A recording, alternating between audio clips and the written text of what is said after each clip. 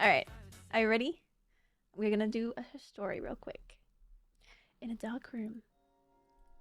Temperatures up on the surface have plummeted, especially in the northernmost regions where the Unlimited Squad is stationed. With winter temperatures reaching staggering lows of a negative 65 degrees. The conditions in these areas are so frigid that if you throw hot water into the air, it will evaporate and proceed to freeze instantaneously. To survive in an environment like that, you must never forget the 4 things that I'm about to tell you. Water, food, fire, and shelter. In cold environments, constant movement is imperative. The moment you stop, your body will begin to seize up and items will freeze. As you can see here, my gun is stuck to my hand. If I were to encounter a rapture in this situation, our squad would be wiped out before we even knew what would hit us. In order to extricate the gun from my hand, what you want to do is use warm urine. You're lost and adrift in a snowy plain and you're low on water. Surely you could simply take a few handfuls of snow and use them to hydrate. One might mistakenly think it's that easy, but if you were to make this mistake, the inside of your mouth would hurt. It also won't help with maintaining your body temperature. So, what should you do? Take the snow, pack it in a bottle, and warm it up using your body's thermal heat before drinking it. This is the 10th time I've watched this recording. I've read all the survival books from back to front as well. Wait, back to front? At this point, I should be beyond prepared to participate in a rescue operation. Still, maybe I should do a final check, just in case. Tove looks at herself in the mirror. What about grasshoppers? They're an excellent source of protein. Can't forget about grubs either. You've just got to be sure to remove the heads before eating them. Reindeer hides can be stretched over wooden boards and made into a makeshift sled. Then you've got moss. After squeezing out the moisture, you can use it as a cushion. Okay, perfect. I can't possibly be any more prepared than I already am. I got all the knowledge I could possibly need right up here. All that's left to do is put it in practice. But then what if I come off as too much of a tryhard to the others? It might be better if I try and maintain some modesty throughout this process. She's shivering. Wait, why is that so funny? Okay. How long is this? Okay, it's a fairly decent long event. Okay. Let's see. Are we gonna go play a game? Sounds fun. There we go. Bear Grylls Chan. Exactly. Sometime later in the northern base. Not Alice. My twin! Rabbity is here! Long time no see. Hello, servant. I've been waiting for you. Alice and Neve went to call on you quite some time ago. You came later than I expected. Did something happen on your way here? We had to wait forever and a day for the polar bears to fall asleep. It could be because it's winter. I don't know what Neve sounds like, so I'm guessing. But we were spoiled for choice when it came to ice caves. We figured there might be a polar bear inside one of them, so we borrowed our way in. We didn't find anything, so I ended up falling asleep hugging Burly Bear. Well, as long as no one was hurt, I suppose it's fine. Sorry to make you come out all this way, servant. Come here and sit by the fire. I sit by the stove and thaw off my frozen hands and feet. What's the mission this time? Did you not receive instructions from the Ark? All they told me was that I'd find out once I got to the north. I see. Then I'll try and explain quickly. Some time ago, we received an extraction request from the Ark. A detachment of mass-produced Nikke's were sent out to conduct search. It's now been 28 days since they went MIA. Despite the extremely low concentration of alpha particles in the north, we've been unable to establish contact with them and haven't received any report.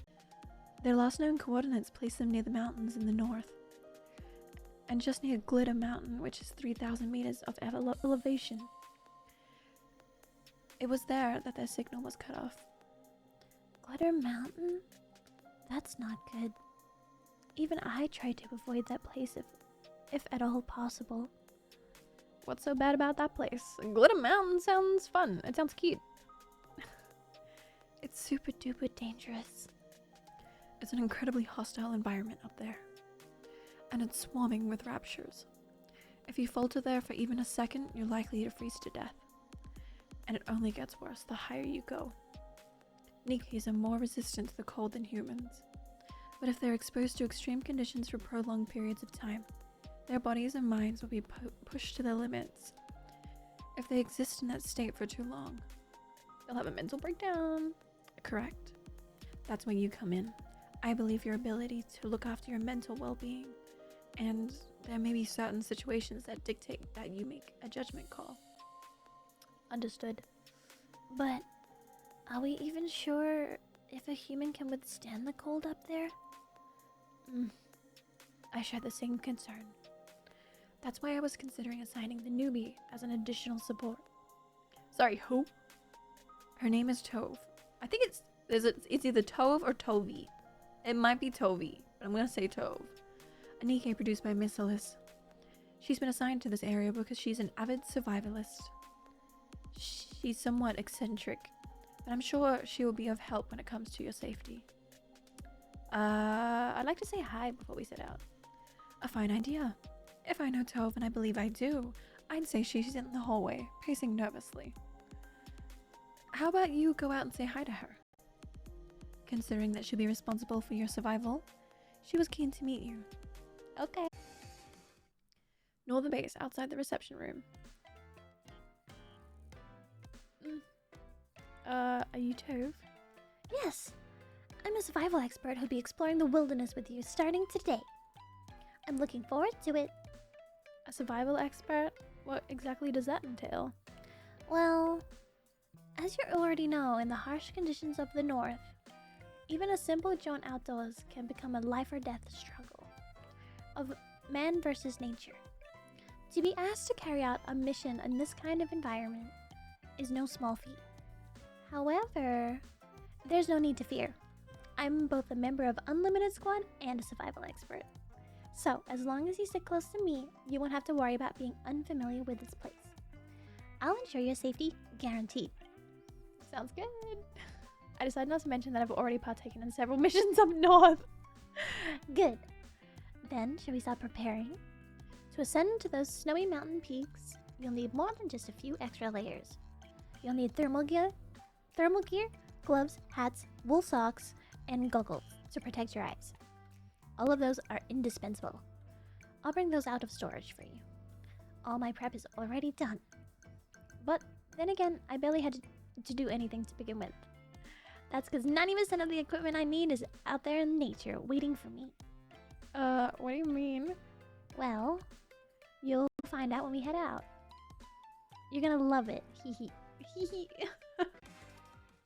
Sometime later in a snowfield up north. Phew, my goodness. Would you... I hate doing her voice, it's so cringe. Would you look at all that snow? I bet if I rolled around in it long enough, I'd end up becoming a snowman. The rescue operation is of paramount importance, so please refrain from such activities. Fine. I mean, if you did become a snowman, you might melt, and we can't have that.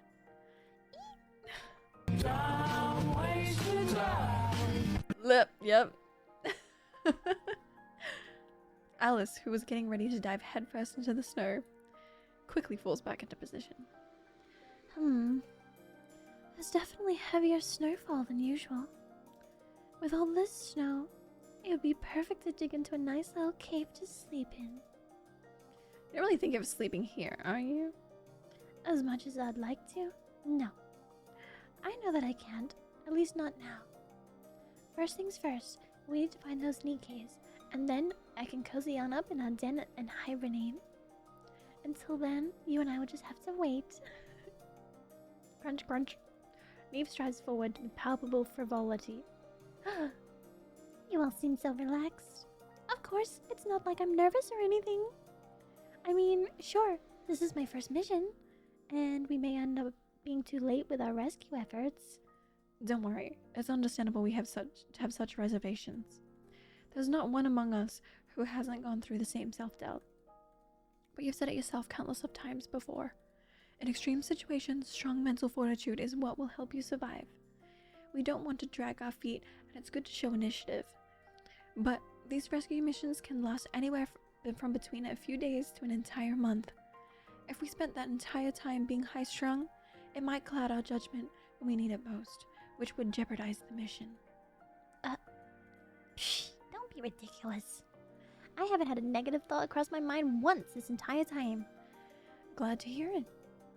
In that case, keep it up.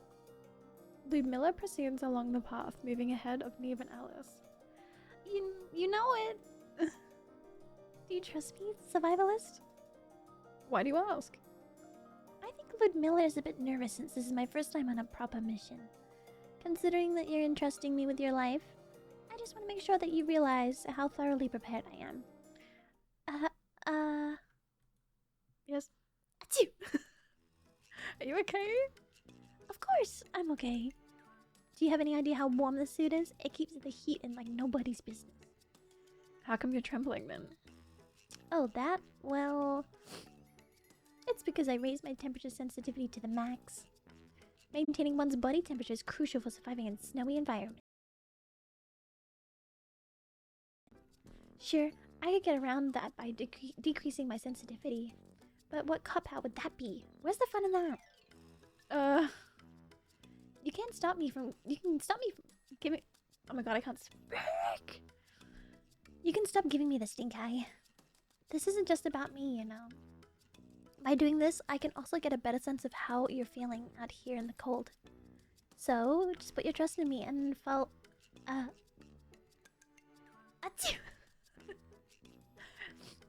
Sorry, what was I saying? Fine. You don't have to tell me. I'll decrease my sensitivity, okay? Good idea. A few hours later. This is where the last signal from the stranded Ņikkes was detected. Their company consists of 6 people. There should be traces of their camp or food that they left behind. Let's split up. I can't speak, oh my god. Let's split up, searching your surroundings and share anything that you find. Yes, Queen. Sure thing. Ludmilla, what about survivalist and me? Oh, right. Both of you have had a tough go of it, trying to keep up with us. Why don't you sit tight and take a rest until we're finished with our search? I feel like I'm getting brushed off here. Not at all. You have the most important responsibility of all. You must ensure that servant remains in good health and that he returns safely. How would you say servant is faring at the moment? Tove comes over and touches my hand. Oh no! Your hand is freezing. I'm okay. The heck you are! If you don't warm up your hands pronto, you could end up getting frostbite, and I'll have to amputate them. Dang it, I knew I shouldn't have lowered my temperature sensitivity so much. We can see that you have your hands full. I'll proceed with my search and leave servant to you. Lumina leaves to commence searching the area. Sure thing, you can trust me. As Tove cradles both of my hands in hers, I can feel a warming sensation. Wait here just a moment. I'll make us a nice warm fire. First, I've got to gather some dried branches or bundles of dried up grass for kindling. Then, I've got to find something that I could use as flint. Let's see. Found it! Tove picks up a piece of rock from a dried riverbed. Take a look at this rock here. You see that slightly red hue? That means there's been iron oxidation. Oh my god, I couldn't get that word right. If you've got that, you can use any type of metal object that's lying around. Like this pipe here. Clink. You take that, create some friction. Clink. Then you won't need a lighter to make fire. Clink. What gives? Why isn't anything... In all the videos I saw, they just did this a couple of times and they had a blazing fire in no time. Clunk, clunk, clunk. What in the world? Survivalist! Here, let me try. After about 10 or so strikes, I managed to catch a spark. Aha! So this really does work. Fascinating. Oh, that's not what I meant. It's just there's a slight difference between reading about something and actually doing it. Are you sure you're a survival expert? Of course. I wasn't assigned to the northern base for nothing. Sure, this may not have been exactly my finest hour, but your true survival skills shine when you successfully rescue those who are in need. Just cast aside any doubts lingering in your mind, and promise that I'll show you what I'm made of in due time. Anywho, we better move this spark over to the kindling. This position right here should be perfect. Everywhere else seems to be too damp. Even if you manage to gather dry kindling, your fire won't go anywhere if the ground is too wet. To move the spark over to the kindling. How is it? You feeling any warmer? I mean, she could just give me a hug or something, because doesn't she, like, warm up? A little bit, yeah. Good. I was all worried for nothing. Turns out this is where my skills truly lie. Thank you, Tove. I think we've searched enough.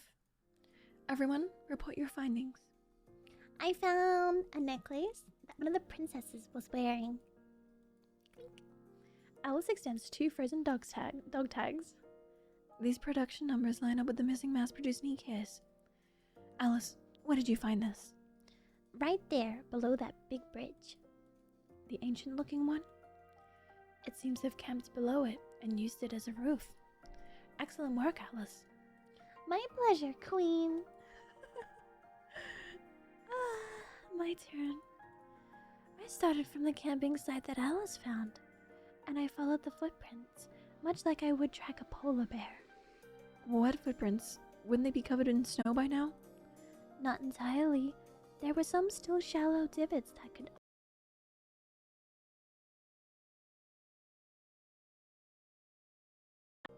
Analyzing those is my specialty. Anyway, judging from the footprints that I found, all 6 of them were heading towards the dense pine forest. That's the path towards Glitter Mountain, isn't it? Why would they go in that direction? Not sure yet. It could be related to the mission they were on. Or they could have been fleeing raptures that were in pursuit. Either way, it's clear which path we have to take from here. Well done, Neve. Don't mention it.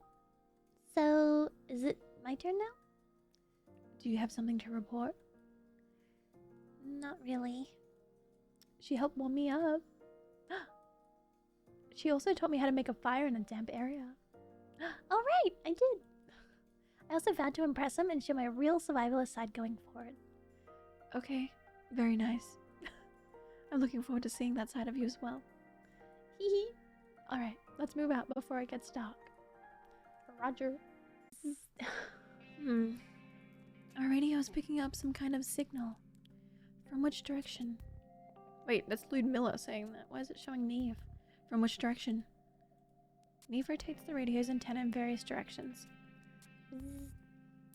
8 o'clock, from the mountain ridge. Judging by how weak the signal is, I'd say it's coming from a fair distance away. What's the possibility that the signal's coming from the missing Ņikkes? I'd say darn near certainty. If there has been any other squad dispatched up north, the Ark would have notified us of it when they sent in an extraction request. Then let's hurry and move. No. There's a deep valley that way.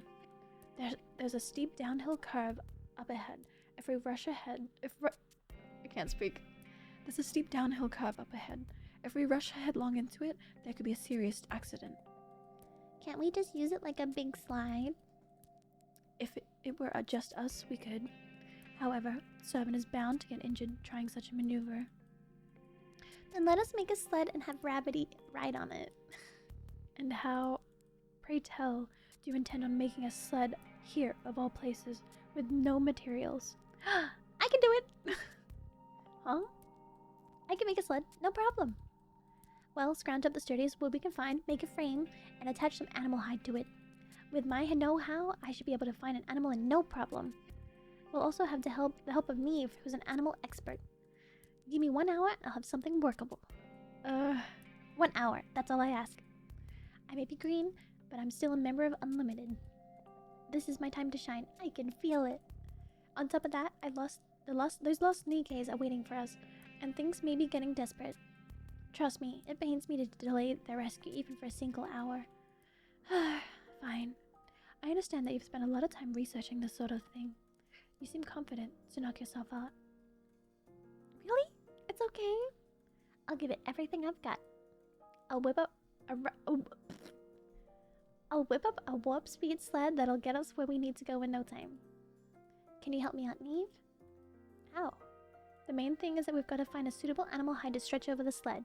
Then, the excitable Turv drags Neve along into the forest. Hey, I want to come too. I want to see how you make a sled. Alice sprints off to Turv. They're all in high spirits. High morale is a good thing. Even better if it translates into good results. Valuable learning experience for them all. It's nice of you to say that. They're counting on me to believe in them. A moment later. Ta-da! My super duper survival sled is now complete. It's a true wilderness sled made of wood and fresh reindeer hide. With this, we can go down any slope with ease. Unfortunately, we didn't have a whole lot of hide to go around, so we could only make one. Sorry about that. It's okay. Servant can use the sled. The rest of us will have another way to get down. More importantly, have you taken the sled up for a test drive of any kind? No, not yet. Why did you go and try it out on a small hill then? Good idea. If we want to ensure safety, we'll have to be thorough. How about it, survivalists? I made it so that the one human and one Νikkκe can get on. First things first, I want to check if it can handle the weight. Okay. I sit behind Toph, who seems filled with determination. Phew. The inaugural ride of the first sled I've ever made. This is quite an experience. The quality's not bad. That's what I thought too. I've been dying to do this stuff for like ages. That's why I read all those books, more than I can count. You ready to do this thing? Are there not any safety measures? Of course there are. First off, you got your safety belt here. Toph tugs on the strap fixed to the sled and secures it around us. Then you got the backup safety belt. Takes my hand and firm fastens it around her waist. Me. Just hold tight. And I'll do everything I can to make sure you're safe, okay? Just don't let go. I won't. Good answer. Alright then. Off we go! Toph gives a push and the sled tilts over the top of the hill and begins to slide downwards. What? Something doesn't feel right. Ooh, landslide? Why aren't you stopping? I don't know. It just looked like a tiny slope from the top. But I don't see our landing spot anywhere. And the sled... Shh. I bit my tongue. Ow, my butt. Ugh. Hold up. Do you see that behind us? Looks like snowstorm is brewing, and it's coming right for us. Ooh, that's an avalanche! Ah, I've got to turn. Desperately attempting to outflee the encroaching avalanche, we become one with the sled and slide down the steep hill. Ugh. Are you okay? I didn't lose you, did I? I'm alive, but barely. Well, that's good. We've got to get out of here. If we stay where we are, there might be a second avalanche.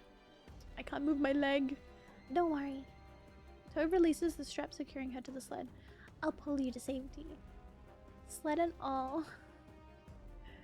The moment we get off the slope, another avalanche occurs. The entire slope is consumed in a mountain of snow. There's no way we can go back the way we came. Uh-oh. What should we do? We're so screwed. Calm down. We've still got our phones. Oh, right. I totally forgot. Thank goodness for modern technology. You can call from just about anywhere, so it's nearly impossible to get stranded. Toph takes out her phone and starts dialing. Uh-oh. No signal. Let me check. I take out my own phone and check for reception. Toph? What is the alpha particle concentration here? I don't have any measuring instruments, so I'm not sure. But I doubt that alpha particles are the problem. Alpha particles tend to be scarce up north. Then again, in remote mountainous areas like this, there are times where the signal is unable to go through. Oh, then we can't rely on contacting any outside help via phone. Oh, we're stranded. What about a flare? I gave mine to Neve. I thought about bringing one, but my luggage was too heavy as it is. I figured if we needed to, we could just build a fire beacon. Then let's do that. Okay. Let's see. What can we use as a flint here? I'm not seeing anything. No worries. I can just use the spare battery and wires I've got in my pack. Where'd they go? Oh, geez. We're screwed. Come on, Tove. Keep it together. Keep it together, woman. You're a survival expert, remember? Oh, you still have that much confidence in me? You're a really nice person. Just trying to get discouraged and keep your head in the game. Where do they usually start on the shows that you've watched? Usually, they'll have the host pretend that they're stranded somewhere, and reaching a road, village, or some place without trace of civilization is the goal. Actually, when you think about it, it's not too different from our current situation. Yes, very similar. So you can see, we can make it out of here. I think you're right. We can think about it as us being two survival show TV hosts who have just parachuted out of a helicopter. Yes, that's it. It's hard to explain, but I feel somehow reinvigorated. I'm not exactly sure how, but I think we're gonna survive this. The important thing is strong mental resilience and perseverance. Oh, we're hungry. And keeping ourselves properly fed. Let's go. I'll find something to get you filled up. I'll be most grateful if you could. Food is key to survival. Crunch, crunch. Tove trudges through the snow towards the nearest tree. For example, this tree here is a species that only grows in extreme cold, but it's rich in nutrients and moisture, so... Tove produces a knife from her jacket pocket and starts stripping off some of the bark. It serves as a shelter for numerous small critters. If we're lucky, we'll rustle up a squirrel or a bird. We could also turn up some beetles, ants, and other excellent sources of protein. I might feel a little bad eating a squirrel or a bird. It's sad, but if we want to survive out here in this wilderness, it's something we have to do. There's no room for mercy in this unforgiving environment. Oh. Tove continues to strip off the bark with her knife. Let's see. I think something's coming out now. Ooh, what is it? Did you see that? Something just whizzed past. Is it a worm? No way. A worm wouldn't be living that deep inside a tree.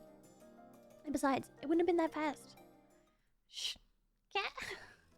It's a centipede. Oh my gosh. It's a centipede. Just look at those legs. There's gonna be over 100 of them.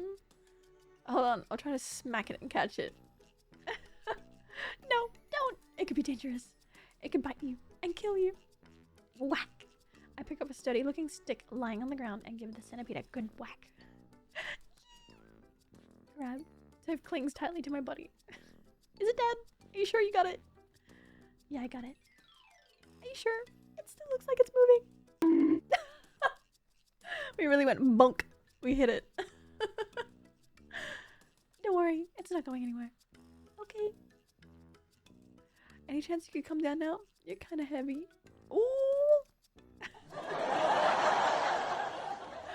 Oh.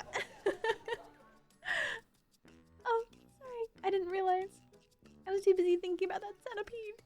All I wanted was to get away from it, climb up to a safe place. Turns out you were the closest thing available to climb. Sorry. Can we stay like this just for a little longer, though? I'm still a bit uneasy. It's my first time seeing a centipede in person. Fine. A moment later. I wasn't myself back there. I don't usually get startled like that. I didn't realize we'd be up against such a formidable foe like a centipede. You seem to have pulled yourself together admirably. Yes, well, I got startled, but I guess it wasn't that bad. You don't have to worry about me, though. In a way, there's a silver lining to all of this. Amidst the chaos, I did manage to scrounge up a decent energy source. So pulls out something from my pocket, which wriggles in her hand. This is a juvenile northern longhorn moth. We're gonna eat a moth? As you can see, it's nice and plump and delicious, I mean. Like most insects. This little fella is packed full of protein. Well, bon appetit! Toph motions to shove the wriggling lava into her mouth, but stops short. Something wrong? I was just thinking, since it's a delicacy and all, it's only fair that you get to try it first. After all, I'm a Νikkkkē and you're human. You need the nutrients way more than I do. Just admit it. You don't want to eat it. That's not true. Not one bit. I'm doing it out of pure generosity, honestly. Toe pinches the lava between two fingers and plops it in my hand. Swallow it whole. How'd it taste? It burst when I bit down. Kinda nasty. What should I say? I don't want to scare her too much. I'm gonna say it's kind of nutty. Wow, really? Toph, you've got to eat one too. Look, I'm sorry that I tried to trick you into eating them all. My bad. I know how desperate our situation is. It's just that I thought I'd mentally be prepared after watching all those videos and reading all those books. I figured I'd be able to close my eyes and pop these down the hatch. But now that they're in front of me, I don't think I can do it. Aww. Whoosh! It's already getting dark. I can feel the temperature dropping by the second. We haven't found any proper food sources yet, and we don't have a fire either. First things first, I think we should hide from the wind. I was thinking the same. Is there anywhere we can use as shelter? Yeesh, there really is nothing. We're in the middle of a field. However, where there's a will, there's a way. We can dig a makeshift cave in the snow, like how when polar bears hibernate. The only problem is we don't have anything to use as a shovel. So takes out her gun and turns on the safety. This should do the trick. So long as it doesn't accidentally fire. Anything I can do to help? Could you maybe find a decent stick and help me dig? Crunch. I trudge across the snow and pick out a stick that seems fairly sturdy. That should do it. Let's find a good place to dig. This may sound obvious, but it'd be better if we could dig into a slope rather than a flat ground. Let me check which direction the wind is blowing. This spot seems ideal. I don't think we'll get much wind here. Yeah! Toph starts using her gun to dig. Dig using the stick. Survivalist. I'll dig a hollow where we can both lie down. Can you dig an opening below that? Think of it as the lower part of a bunk bed. I read this in an old book once. Apparently when you dig out a lower part as well, the cool air goes down and causes the warmer air to circulate upwards. Sure thing. Whoosh. Just as the wind starts to pick up, we finish digging a hollow just big enough for the both of us to lie down and sleep. We finally did it! Let's huddle in and get away from this darn wind. A rescue team or some errant raptures might come by. So I'll stay up and keep watch. For the sake of your health, you should go get some sleep. Would it be better if we take turns? No, I'll do it. I've got to live up to my role as a proud member of Unlimited. Exploring the unfamiliar and rescuing those stranded is my job. That's what I'm meant to do. Yes, I may have shown you a side of me that I'm not proud of, but I still believe in my determination is second to none. So trust me when I say that you can depend on me now. Besides, I feel better knowing that I'm doing something. If you say so, then okay. Rest well. If you're cold, you can scoot closer to me. Okay. I pat Toph on the shoulder as she flashes an amorous wink. Just friends it. Okay. Whoosh. It's nice to be out of there. I thought we were gonna be buried alive under all that snow. Anyway, what a lovely morning. Achoo. You okay, survivalist? It's freezing out here. What? Don't tell me that you've gotten hypothermia. I stick close to you all night, so I could share my body temperature. And thanks to you, I'm at least not sicker than I apparently already am. Wait just a moment. Let me give you a once-over. Toph places her hand on my forehead to check my temperature. Whew, that's a relief. All you got is a small cold.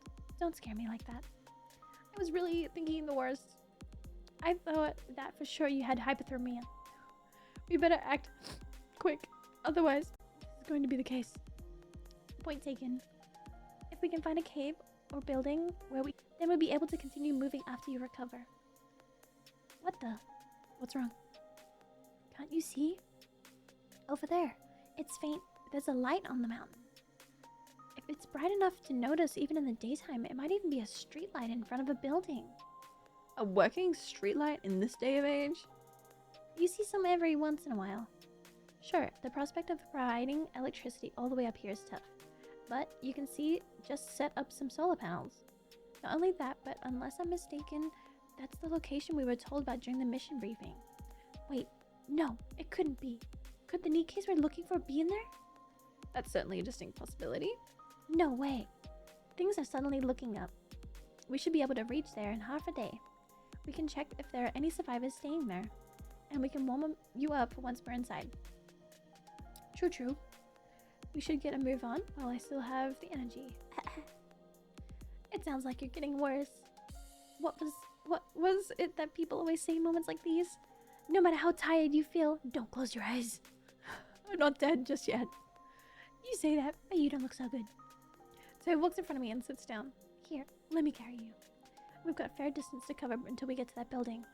If you hang on my back, I'll be able to warm you up somewhat. Without rebuffing her any further, I get on Tove's back. Piggyback. Sorry. It's okay. I relied on you more than I would have liked. So, now that it's my turn to step up. I know it took a game, but I promised to keep you alive, and I intend to keep that promise. So don't give up on me. The most important thing when it comes to survival is never giving up. You hear me? I hear you. Crunch, crunch. Once we pass this hill, we should reach the place where we saw the streetlight. There's a high chance we'll run into those missing Nickkes. They'll be the first people I've ever rescued. But before we head out, with our survivors in tow, I'll have to ask them for some heat packs or warm water, something to get you warmed up. Phew, here we are. Nope. Tove, exhausted from the climb, slumps down on the snow. I think we're in the right place, though. There. Once you see the sign on the building, Mountain Rescue Base. I think that's where the survivors could be camping out. I see. How come your voice is so weak? Let's hurry and get inside to warm you up. Oh no. Oh, a moment later, Mountain Rescue Base. Is anyone here? I'm Tove from the Unlimited Squad. We came looking for a missing Nickkē squad. Could anyone help us? No signs of life? You're right about that. Maybe they're all taking a nap? Let's take a look further inside. Carrying me on her back, Tove takes a few more steps. Bzz. Is that a radio? I think I know what it is. This might be the radio that sent the distress signal. That would mean the owners of this radio have to be around here somewhere. Ooh. Tove inches closer to the door where the sound is coming from. Should we open it? Do it. Oh my gosh. From the small gap of the open door, I can make out a Nickkē that has suffered severe damage to her core, and another two with similar injuries. To the side, there are 3 round-shaped mechanical devices, inside of which appears to be encased something fragile. I think these are the ones we were looking for. They're in pretty rough shape. I approached the heavily damaged Nickkēs to assess their condition. They're still breathing. Yes, but given the extent of this damage, they won't be alive for long unless we do something. What do we need to do? Given the current state, their bodies will soon be unable to supply oxygen to the brain. Before that happens, we need to remove their brains and place them in a protective device. Something we call a brain shelter. Beep beep. I turn around and see where the beeping sound is coming from. There's a red light flashing on each of the neatly arranged mechanical devices, which is exactly what those are. However, it looks like their battery level is awfully low. On top of that, they each already have a brain inside them. That tells me that whoever these brains originally belonged to are in dire shape. Oh man, what do we do? Just calm down. You're the only expert in the situation. You're the only one who they can rely on right now. I know that, but I'm not skilled enough to perform emergency treatment on someone who's suffered such an extensive damage. All I have is basic survival knowledge. The only thing I can do for them is gather whatever materials I can find nearby and create some kind of distress signal. Then the rest of Unlimited will come and do what's necessary. Wait a sec. Apparently there is something that you can't do for them. I guess so. Hold on, just a minute. I'm a survival expert. Dang it! I will save these people. Okay, let's go. It's sink or swim, whether it's a beacon of fire or something else. We've got to get it burning nice and bright, so that everyone here can be rescued. The sheer vastness of Glitter Mountain is mind-boggling. If we want anyone to see our signal, we'll have to make the fire as big as possible with a whole lot of smoke. The best type of wood for that would be pine. The resin is highly flammable and has a tendency to burn exceedingly well. Fortunately, there are plenty of pine trees around here, so we'll be able to secure what we need quickly enough. A moment later, Tove holes in several pine trees that she's cut down. Check it out! I cut down the biggest, sturdiest looking trees that I could find. As Tove drops down the felled pine trees, a plump caterpillar lands atop Tove's arm. Ah! Get it off me! Wait a second. No, on second thought, don't. All bugs are a good source of protein. I can handle this. Ugh, disgusting. She ate it, didn't she? Next, we need a shield of some kind to protect the fire beacon from the wind and snow. By the same token, we don't want to diminish the visibility of our fire, so we'll need to use material that's both transparent and heat resistant. Tove heads to Mountain Rescue Base. A moment later, she returns with some torn off sheets of plastic and a bundle of wires. What are you gonna do with that? You'll see. If we take the plastic sheets like so and secure them on top of the wood using the wire... Yeah! I don't know what noise that's meant to be. What the heck? Why isn't it securing in place? Give it here. I'll try. No! I can't have you doing this while you're sick. I'll figure it out. Ta-da! The shield is now complete. It may not be much to look at, but as long as it does the job, then it doesn't matter. All that's left to do is come up with something that will make our distress signal really pop. Tove heads back inside the building and returns with 3 old firearms. Where'd you get those? Oh, these aren't mine. They're from the other Ņikkes. They're all busted, so they can't be fired. I'm really using them for gunpowder that's inside. Smart. Tove removes the magazines from each of the weapons, then shakes out all the bullets. I had what I thought might have been a stroke of genius. I'm going to use the gunpowder in these bullets to amplify our distress signal. I understand there's inherently a bit of a risk in doing that, but it should create a mini explosion that'll shoot up to at least a few meters high. Tove starts to dismantle the bullets with a portable tool. Bang, bang! Oh, clink.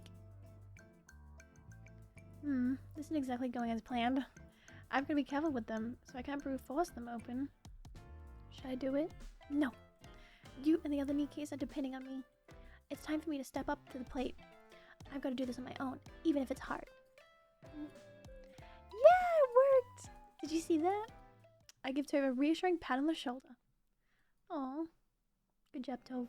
A moment later, Tove holds the unignited fuse in each hand and stands against the raging wind. Do you see that frame over there? The one that's about to collapse?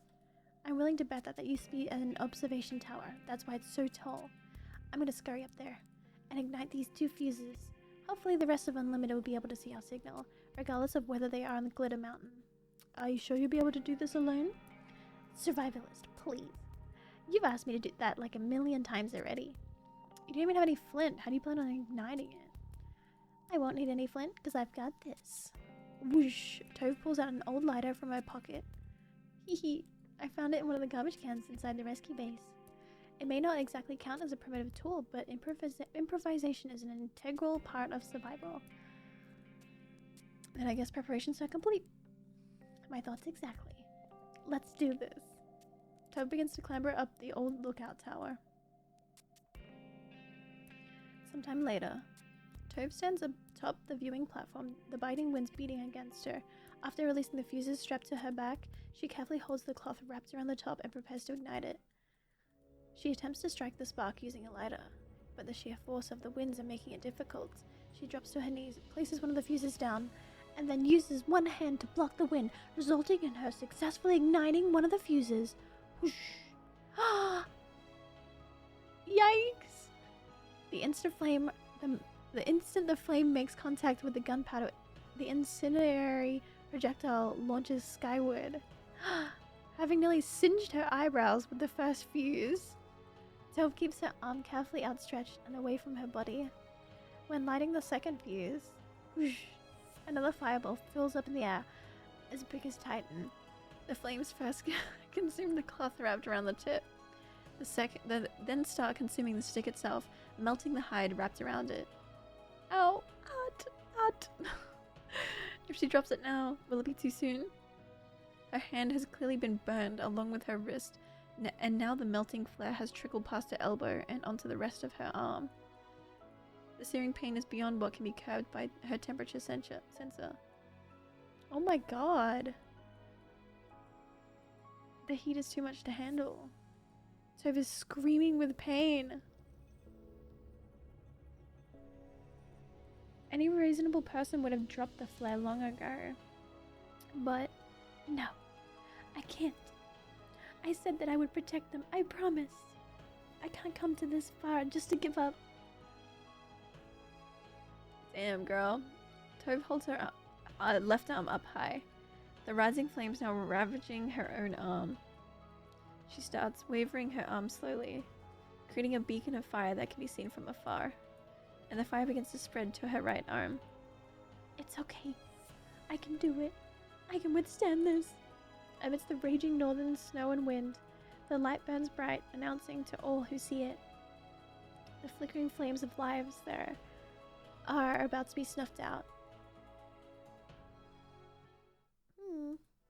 Queen, look over there. What a beautiful flame, and so bright. That flame is coming from... Are you thinking what I'm thinking? I believe so. Find us the shortest route possible. Proceed at max speed. They're calling for our aid, and it's our duty to respond in kind with the utmost haste. Yay, it worked! Off in the distance, a snowstorm can be seen gathering. tovь, we're in trouble. Survivalist! Can you hear me? You need to take cover. A snowstorm is heading straight for us. That's no snowstorm. We did it! They've come for us! What? Among the wall of white that I thought was an encroaching snowstorm, several Nickkes can suddenly be seen sliding down the slope, as if they were skiing. The rescuers tovь had desperately called for have finally come for us. Ooh, it's bright. Unlimited! I can't imagine Ludmilla saying hee hee. What a warm welcome. I'd say that made sliding down the slope without any equipment worth it. I guess, but it was still a long way down. If I had tied rope to my body and rappelled down, it would have been faster. Or we could have used rabbit hole to warp down. What is she on about? You all came! You actually came! tovь descends from the lookout and embraces Ludmilla. You performed admirably, tovь. Then thank you for calling this place to our attention. But what happened to your arms? Oh, this? Nothing major. I was holding the signal flares I'd made and got a bit carried away. Ugh, that stings. You were reckless. Your arms are torched. I'm sorry. I was just desperate, and this was the only thing I could think of. But it worked, didn't it? So I have no regrets. This way, more like... At least all of the survivalists. Hee. From me, that makes it all worthwhile. Well then, it's up to us to ensure your sacrifice wasn't made in vain. Let's head inside. We've got no time to waste. A moment later, inside the mountain rescue base. 3 critically injured, 3 with only their brains preserved. Alice? Yes? Inspect the damaged Nickkes. I mean, check on the princesses who were sleeping. The wounds inflicted by the Queen of Hearts will be deep, so we must ensure that we take all necessary precautions before transporting them to the castle. Yes, Queen. And Neve? Yes? The brain shelter seems to be low on power. Switch to backup power and prepare to transport it back to base. Roger that. What about me? You should take care of those injuries you've sustained. Our rescue effort has only just begun. What do you mean? First off, We will file a request with the big three for new bodies. Each and every one of these Ниkkes will be requiring new replacements. We can't afford to dilly-dally in getting these ladies back to the Ark. The problem, however, is what comes after we get them back. You of all people know what kind of place the Ark is. A concrete jungle where the humanity is lost in the pursuit of ever greater efficiency. None of the big three will want to bother with replacing the bodies of mass-produced Ниkkes. But that doesn't matter, that we should throw up our hands. Many Ниkkes, ourselves included, have ventured out into these extreme conditions, all in the name of ensuring humanity can live on. We can't let these Ниkkes die a meaningless death out here without a chance to live on themselves. That's why we're exhausting every last option at our disposal. For those with severe injuries, we will transplant spare parts from the same model. In this situation, the only viable transplants would be arms and legs. Appendages are fairly disconnected from the central nervous system. Even then, their body may reject the new parts. They may feel as if a foreign object has been stuck into their body, and this could result in a mental breakdown. However, if it means that there is a chance that they will survive, no matter how small, we have to try. Sounds like there'll be a tough journey ahead. It will. But if we were to give up now, we would be doing a disservice to the sacrifice these Ниkkes have made for us. The middle stairs at the rescue operation site. There were 6 members in this squad in total. Now we have 3 grievously injured Ниkkes and 3 with their brains inside the brain shelter. That tells me that each one of them took care of their comrades as they fell one by one. Aww. They held on until their own body broke down, and they struggled all the way into this building. Still, seeing all that they've managed to achieve, witnessing their noble struggle to remain alive, their desperate struggle for survival, it's overwhelming. A feeling that you can't put into words. What do you think, Tove? Do you think that you're cut out for the business? I will find out next episode in 3 days. Well, there we go. That was the first part of A Lone Survivor. Yay!